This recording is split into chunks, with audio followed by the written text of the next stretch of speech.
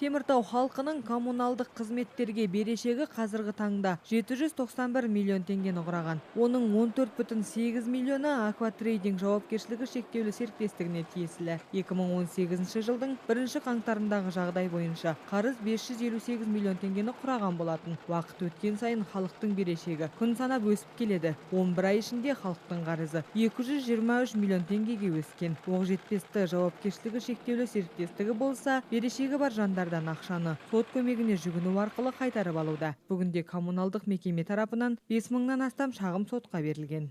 Количество исполненных Өтелген шағымдардың саны 3300 адамды құрайды. Тұтынушылардан жиналған сома 209 миллион 163 мың теңге. Бюджеттік ұйымдар қызметкерлерінің қарызына қатысты айтатын болсақ, өткен айға қарағанда едәуір төмендеген. Бүгінде 58 миллион 211 мың теңгені құрады. Оның ішінде оқу орындарының 30 миллион 248 мың теңге берешегі бар. Медициналық мекемелердің берешегі 14 миллион 14 мың теңге, спорт ғимараттары 4 миллион 177 мың теңге қарыз.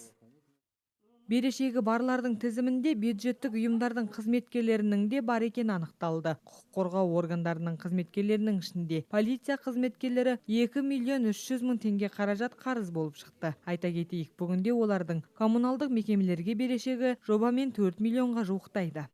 по объектам культуры 1 миллион 491 тысяча тенге. Ал құқық қорғау органдарының бүгінгі таңдағы берешегіне тоқталсақ, 4 миллион 259 мың теңгені құрады. Ал мәдени нысандардағы қызметкерлердің қарызы 1 миллион 940 мың теңгені құрайды. Басқа мемлекеттік мекемелер 1 миллион 877 мың теңге берешек.